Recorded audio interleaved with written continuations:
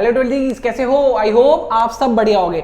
ये वीडियो मैं रिकॉर्ड नहीं करना चाह रहा था, लेकिन मुझे ऐसा लगता है कि ये एग्जाम में कल आने वाला है, तो इसको प्लीज देखना। 3 से 5 मिनट में खत्म कर दे इस टॉपिक को। चलो दिलाओ मेरा पेन, दो आ गया पेन, देखना जी बेटा। National income at constant price, national income at current price. Sir नहीं समझ में आया, देखो ध्यान से समझना, अभी आ जाएगा।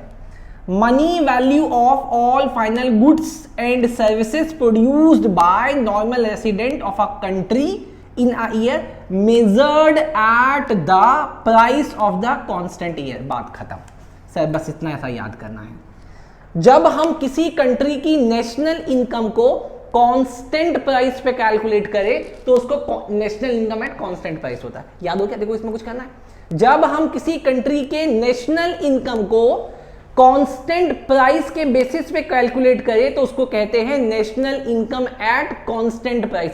सर कांस्टेंट प्राइस का मतलब एक ऐसा प्राइस जो हर साल चेंज नहीं हो रहा। मतलब गवर्नमेंट क्या कहती है, एक किसी ईयर के प्राइस को कांस्टेंट प्राइस मानती है, जिसको वो बेस प्राइस बोलती है। मान लेते हैं अभी 2022 चल रहा है, लेकिन आज की नेशनल इनकम को निकालने के लिए वो प्राइस 2011 का लेगी।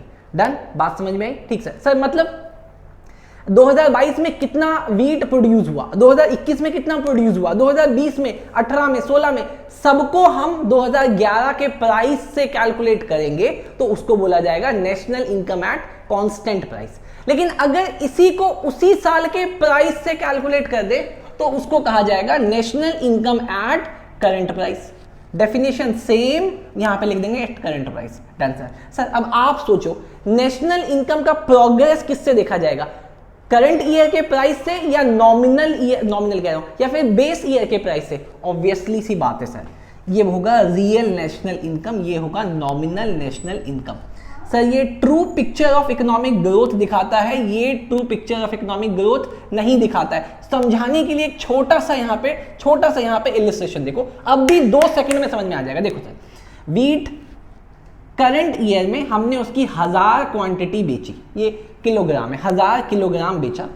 करंट ईयर का प्राइस था 12 रुपए, तो 1000 मल्टीप्लाई 12 हो गया 12000। लेकिन बेस ईयर का मतलब सर ये 2011 है और सर ये 2022 है। 2011 में भी मैंने 1000 क्वांटिटी बेचे थे, उस समय का प्राइस था 10 रुपए, तो उस समय में हमारी इकोनॉमी में कितना पैसा जनरेट हुआ? 10,000। अब गवर्नमेंट 2022 की अगर आपको ये पिक्चर दिखा के कहे कि हमने इकोनॉमी बढ़ा दी तो वो झूठ बोल रही है, झूठी पिक्चर दिखा रही है, क्योंकि क्वांटिटी तो सेम ही प्रोड्यूस की है। आपकी इकोनॉमी किसकी वजह से बढ़ी है? इन्फ्लेशन की वजह से। तो this is the fake picture. तो सर हम इसको क्या बोलेंगे? इस 12,000 को क्या बोलेंगे? 12,000 को क्या बोलेंगे? National income at current price. लेकिन अगर इसी 1000 को मैं इससे मल्टीप्लाई कर दूं तो हम जब ये आ जाएगा 10,000 तो हम उसको बोलेंगे national income at base price. Exam में क्वेश्चन ये आएगा, why do we calculate national income at base year price? तो उसमें हमें ये लिखना है कि ये true picture of economic growth दिखाता है, ये रियल नेशनल इनकम होता है, और इसमें फाइनल गुड्स और सर्विसेज कांस्टेंट ईयर या बेस ईयर के प्राइसेस पे कैलकुलेट किए जाते हैं। समझ में आया? पक्का। सर एग्जाम में ही आएगा तो लिख देंगे, लेकिन अगर एग्जाम में इसकी जगह आ गया रियल जीडीपी या नॉमिनल जीडीपी, एक ही बात है। नेशनल इनकम को कैलकुलेट किया गया अगर करंट ईयर के प्राइस से तो उसको बोलेंगे national income at current price. लेकिन अगर जीडीपी को कैलकुलेट किया गया करंट प्राइस पे तो उसको बोला जाएगा करंट प्राइस जीडीपी या नॉमिनल जीडीपी। ठीक वैसे ही अगर कांस्टेंट ईयर के प्राइस पे आप जीडीपी कैलकुलेट कर रहे हैं तो उसको बोला जाएगा, जैसे यहां बोला रियल नेशनल इनकम, इसको बोला जाएगा रियल जीडीपी। चलो जी, ये अच्छा लगा तो इसको जरूर देख के जाना, एग्जाम में इसकी थ्योरी आएगी। कोई प्रैक्टिकल के चांसेस आने के बहुत कम है, लेकिन ये आप जरूर देख के जाना। चलो जी बाय। पता नहीं क्यों मुझे ऐसा इंट्यूशन आ रहा है कि ये क्वेश्चन एग्जाम में आने वाला है। अब अगर इतनी रात को मुझे इंट्यूशन आ रहा है तो आप देख लो ना, दिक्कत क्या है? सर क्या दिखाना चाहते हो? अभी जो मैंने कहा है वो समझ में आया, बस उसी के बेसिस पे। If the price for the current year is 150, current year में जो गुड्स बिक रही है उसका प्राइस 150 है, ठीक सर, एंड उसके बेसिस पे जो इस साल का नेशनल इनकम निकला, national income at current year price is 1,50,000 crore. Sir ये जो निकला है ना 1,50,000 करोड़, ये इस प्राइस पे, ये तो करंट ईयर का प्राइस है, अभी जब आप समझ में आए तो इसका मतलब सर ये तो झूठी पिक्चर दिखा रहा है। एग्जाम आपसे पूछ रहा है एग्जामिनर, सर सच्ची पिक्चर बताओ, अगर ये बेस ईयर प्राइस से मल्टीप्लाई होता तो इस साल का बेस ईयर प्राइस के बेसिस पे नेशनल इनकम कितना होता। तो देखो, calculate national income at constant price, उसका एक फॉर्मूला है, कुछ फॉर्मूला नहीं, ये बस मतलब ऐसे समझो इजी है। National income at constant price करना क्या है, national income at current year price, जो करंट ईयर वाला प्राइस था ना, इसको आप डिवाइड कर दो करंट ईयर के प्राइस इंडेक्स से और मल्टीप्लाई कर दो 100 से। मतलब सर 1.5 लाख करोड़ को डिवाइड कर दिया मैंने 150 से, मल्टीप्लाई कर दिया 100 से, तो आया 1000 करोड़। मतलब गवर्नमेंट, हमारी गवर्नमेंट हमें बता रही है इकोनॉमी में 150 करोड़ 1,50,000 करोड़ इकोनॉमी बढ़ी है, नेशनल इनकम हुआ है, जबकि हकीकत में कितना हुआ है 1 लाख करोड़।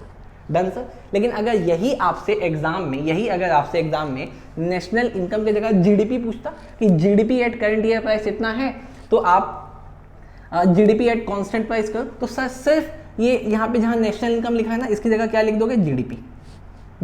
सही, आपने क्या लिखा, कांस्टेंट ईयर प्राइस का जीडीपी मतलब रियल जीडीपी।